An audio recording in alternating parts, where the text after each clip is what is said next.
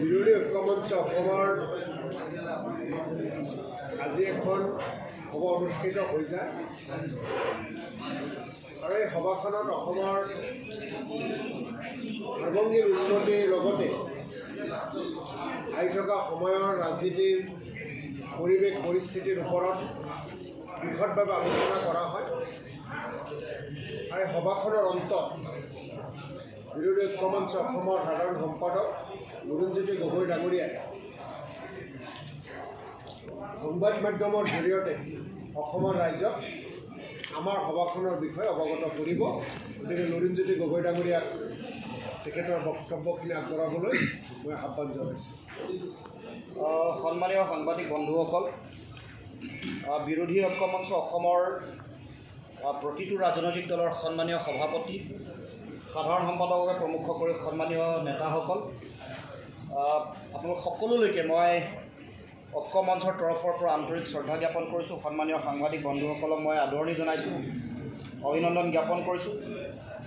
আপোনালোকে সকলোৱে জানে যে বিৰোধী ঐক্যমঞ্চ 2024 চনৰ লোকসভা নিৰ্বাচনৰ সময়ত আমি 16টা ৰাজনৈতিক দলে বিৰোধী একত্ৰিতভাৱে আমি এই মঞ্চ গঠন কৰিছিলোঁ আৰু ঐক্যবদ্ধভাৱে বিজেপিৰ তেওঁলোকৰ মিত্ৰজোঁটৰ যিটো ভয়াৱহ সাম্প্ৰদায়িক এজেণ্ডা, স্বৈৰতান্ত্ৰিক যিটো ৰাজনীতিৰ যিটো পৰিভৰ, তাৰ বিৰুদ্ধে ঐক্যবদ্ধভাৱে যুঁজ দিছিলোঁ।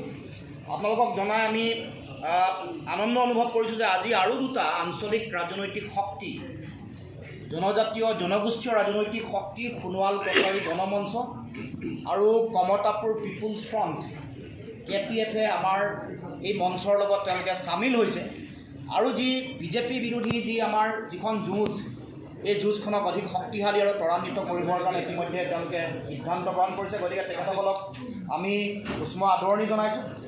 আজি এই সভাই কেইবাটাও গুৰুত্বপূৰ্ণ প্ৰস্তাৱ আজি গ্ৰহণ কৰিছে। যি সময়ত বিভিন্ন শক্তিয়ে বিভিন্ন ধৰণে অপপ্ৰচাৰ চলাবলৈ চেষ্টা কৰিছিল যে বিৰোধী ঐক্যমঞ্চ অসমৰ মাজত এটা ভাঙোন আনিবৰ কাৰণে কোনোবাই চেষ্টা কৰিছে বা তেনেকুৱা ধৰণৰ এটা পৰিৱেশ, তেনেকুৱা এটা সময়ত আজি সভাই আমি সকলোৱে পুনৰ দৃঢ়তাৰে শক্তিশালীভাৱে আমি ঐক্যমত পোষণ কৰিছোঁ যে অহা 26 চনৰ বিধানসভা নিৰ্বাচন, আগন্তুক দিনৰ বিধানসভা নিৰ্বাচনলৈকে আমি ঐক্যবদ্ধভাৱে আমি আমাৰ যুঁজ অব্যাহত ৰাখিম। ঐক্যবদ্ধভাৱে আছিলোঁ, ঐক্যবদ্ধ হৈ আছোঁ আৰু আহি থাকিব লগা দিনসমূহতো বিজেপিক পৰাভূত কৰিবৰ কাৰণে আমি ঐক্যবদ্ধভাৱে আগন্তুক দিনসমূহত আগবাঢ়িম। তাৰ কাৰণে আমাৰ মাজত উমৈহতীয়া বুজা পৰা, সকলোৰে মাজত সমিল মিলেৰে সমন্বয়েৰে বিভিন্ন ধৰণৰ বিষয়সমূহ আলোচনা বিলোচনা কৰি ঐক্যবদ্ধতাৰে আমি যুঁজ দিয়াৰ কথা পুনৰ দৃঢ়তাৰে আমি মত পোষণ কৰিছোঁ। আপোনালোকে সকলোৱে জানে যে সাম্প্ৰতিক সময়ত অসমৰ মুখ্যমন্ত্ৰীয়ে 2024 চনৰ লোকসভা নিৰ্বাচনত তেওঁলোকৰ ফলাফল ভাল নোহোৱাৰ পাছত পুনৰ সাম্প্ৰদায়িকতাক অস্ত্ৰ হিচাপে লৈ অসমত পুনৰ বিভাজনৰ ৰাজনীতি কৰিবৰ কাৰণে উঠি পৰি লাগিছে। মানুহৰ মাজত সাম্প্ৰদায়িকতা, ঘৃণা, ধৰ্মীয় উন্মাদনা, বিভাজন সৃষ্টি কৰি আগন্তুক দিনসমূহত বিধানসভা নিৰ্বাচনৰ বৈতৰণি পাৰ হ'বৰ কাৰণে চিন্তা চৰ্চা কৰি শেহতীয়াকৈ মুছলমানৰ জনসংখ্যা বৃদ্ধি, শেহতীয়াকৈ মাটিৰ ক্ষেত্ৰতো মুছলমান হিন্দু ভাগ কৰি নতুন ধৰণৰ চিন্তা চৰ্চাৰে সাম্প্ৰদায়িকতাৰ বিষবাস্প সৃষ্টি কৰিবৰ কাৰণে তেওঁ চিন্তা চৰ্চা কৰিছে। তাৰ লগে লগে তথ্য বিভ্ৰাট, ভুল তথ্যৰে মানুহক বিপথে পৰিচালিত কৰিবৰ কাৰণে উঠি পৰি লাগিছে। আজি বিৰোধী ঐক্যমঞ্চৰ অসমৰ এই সভাই মুখ্যমন্ত্ৰী হিমন্ত বিশ্ব শৰ্মা ডাঙৰীয়াক আমি কঠোৰভাৱে সকীয়াই দিব খুজিছোঁ যে সাম্প্ৰদায়িকতাৰ বিষবাস্পই আমাৰ সমাজখনক ভাঙিবৰ কাৰণে চিন্তা চৰ্চা নকৰিব। আমাৰ অসমৰ সাতাম পুৰুষীয়া ঐক্য, সমন্বয়, সম্প্ৰীতিৰ বৰভেটি আমি এক হৈ আছে আৰু থাকিব, যাতে অসমৰ মান মৰ্যাদা ভাৰতবৰ্ষৰ মানুহৰ মাজত যাতে এনেকুৱা ধৰণৰ সাম্প্ৰদায়িকতাৰ কথা বক্তব্যই যাতে কোনো কাৰণত ম্লান কৰিব নোৱাৰে, তাৰ কাৰণে অসমৰ সমাজ জীৱন যাতে কুলসিত কৰিব নোৱাৰে, তাৰ কাৰণে তেখেতে যাতে আগন্তুক দিনসমূহত এনেকুৱা ধৰণৰ বক্তব্য সাম্প্ৰদায়িক বক্তব্য যাতে নাৰাখে তাৰ কাৰণে বিৰোধী ঐক্য মঞ্চ অসমে মুখ্যমন্ত্ৰী হিমন্ত বিশ্ব শৰ্মা ডাঙৰীয়াক আমি কঠোৰ সকিয়ানি জনাইছোঁ। আৰু এটা প্ৰস্তাৱ আমি গ্ৰহণ কৰিছোঁ। আপোনালোকে সকলোৱে জানে যে শেহতীয়াকৈ বান আৰু গৰাখহনীয়া যিটো পৰিস্থিতি সেইটো অসমত অত্যন্ত ভয়াৱহ আছিল। অসমৰ 29খন জিলাত বান গৰাখহনীয়া আক্ৰান্ত কৰিছিল আৰু প্ৰায় 20ৰ পৰা 25 লাখ মানুহ ইয়াত আক্ৰান্ত হৈছিল। আপোনালোকে জানে যে বানপানীৰ কাৰণে এবাৰ 100গৰাকী মানুহ মৃত্যুমুখত পৰিছে, 2গৰাকী কৃত্ৰিম বানত মৃত্যুমুখত পৰিছে আৰু 12গৰাকী মানুহ গৰাখহনীয়াত মৃত্যুমুখত পৰিছে। কিন্তু অতি আশ্চৰ্যজনকভাৱে এইবাৰ অসম চৰকাৰ চূড়ান্তভাৱে বান গৰাখহনীয়া সমস্যা মোকাবিলা কৰাত তেওঁলোকে চূড়ান্তভাৱে ব্যৰ্থ হৈছে। আৰু অতি আশ্চৰ্যজনক আৰু লজ্জাজনকভাৱে আমাৰ যি সময়ত অসমৰ মুখ্যমন্ত্ৰী হিমন্ত বিশ্ব শৰ্মা ডাঙৰীয়াই কথাই কথাই দাংকোপ মৰা কথা কয়, কিন্তু কেন্দ্ৰীয় চৰকাৰৰ যিটো আবণ্টিত পুঁজি 10,785 কোটি টকা অসমলৈ আনিব নোৱাৰে। এইটো অতি লজ্জাজনক কথা, দুৰ্ভাগ্যজনক কথা আৰু অসমত বান গৰাখহনীয়াত আক্ৰান্ত সাধাৰণ জনগণৰ প্ৰতি এইটো এটা অসমৰ মুখ্যমন্ত্ৰীৰ ব্যৰ্থতা আৰু অপমান।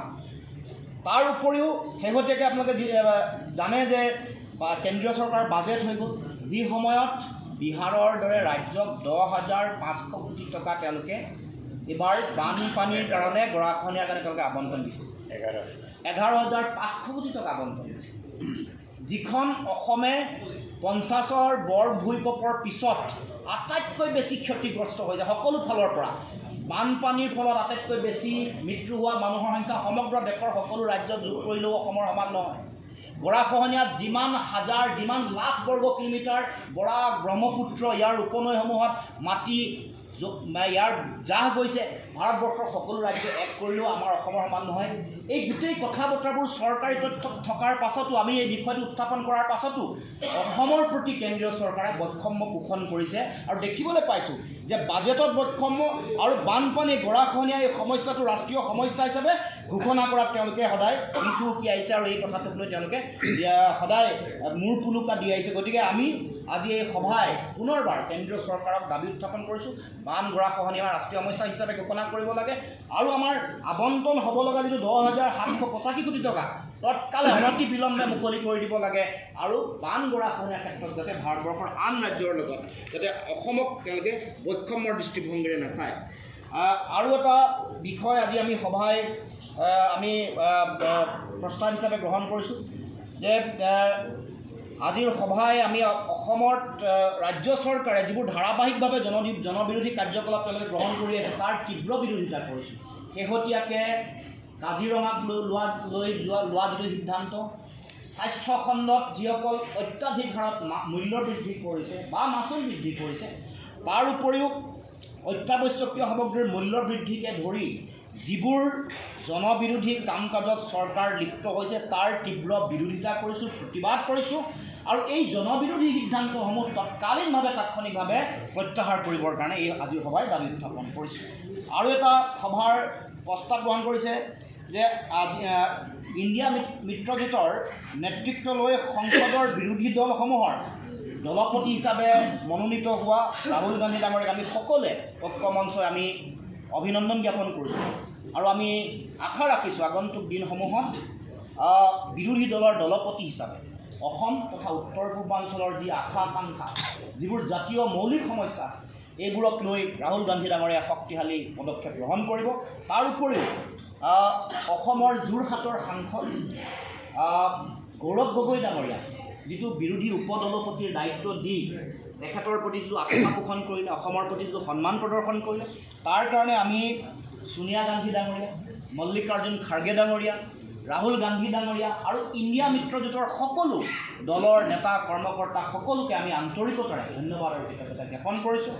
তাৰ লগে লগে আমি সৰ্বসন্মতক্ৰমে সকলো আজি সভাই এটা সিদ্ধান্ত গ্ৰহণ কৰিছোঁ যে আগন্তুক 5টা সমষ্টিৰ উপনিৰ্বাচনত আমি ঐক্যবদ্ধভাৱে যুঁজ দিম আৰু যিগৰাকী প্ৰাৰ্থী জিকাৰ সম্ভাৱনা আটাইতকৈ বেছি, এইটো দল নোচোৱাকৈ যোগ্যতাৰ ভিত্তিত যিগৰাকী আটাইতকৈ সম্ভাৱনাপূৰ্ণ শক্তিশালী প্ৰাৰ্থী তেওঁক প্ৰাৰ্থিত্ব দিয়াৰ কথা আমি সকলোৱে একেলগে সৰ্বসন্মতক্ৰমে সিদ্ধান্ত গ্ৰহণ কৰিছোঁ। ধন্যবাদ। আজি আপৰ প্ৰতিনিধি আহিছে নেকি আপোনালোকৰ ইয়াত? আপৰ লগত যোগাযোগ হৈছে, অহাৰ কথা আছিল, বিশেষ কামৰ কাৰণে আহিব নোৱাৰিলে, কিন্তু তেওঁলোক পৰৱৰ্তী দিনত যোগদান কৰিব। সেইটো শেষ প্ৰস্তাৱটো সেইটোৱে ক'লোঁ, ঐক্যবদ্ধভাৱে যুঁজ দিয়াৰ কথা কৈছোঁ, আটাইতকৈ বেছি। কথাটো আপোনালোকে কৈছে, কিন্তু যোৱাবাৰ যিটো বৰপেটা লোকসভা সমষ্টিত দেখা পোৱা গৈছিল যে বিৰোধী ঐক্যৰে এতিয়া কংগ্ৰেছৰো প্ৰাৰ্থী আছিলে, CPIMৰো প্ৰাৰ্থী আছিলে, গতিকে এইবাৰ আকৌ তেনেকুৱাই হ'ব নেকি? আমি পুনৰ দৃঢ়তাৰে দোহাৰিছোঁ যে বিৰোধী ঐক্য মঞ্চৰ আমাৰ যিটো ঐক্যবদ্ধতা এই 26লৈকে থাকিব। আমি যুঁজিম আৰু বিজেপিক পৰাভূত কৰিবৰ কাৰণে আমাৰ প্ৰয়োজনীয় যিমানবোৰ ৰণকৌশল আছে, কূটকৌশল আছে, সকলো আমি গ্ৰহণ কৰিম। ৰিপুণ বৰা ডাঙৰীয়া বক্তব্য ৰাখিব। মই বেলেগ কথা নকওঁ, গোটেইখিনি আমাৰ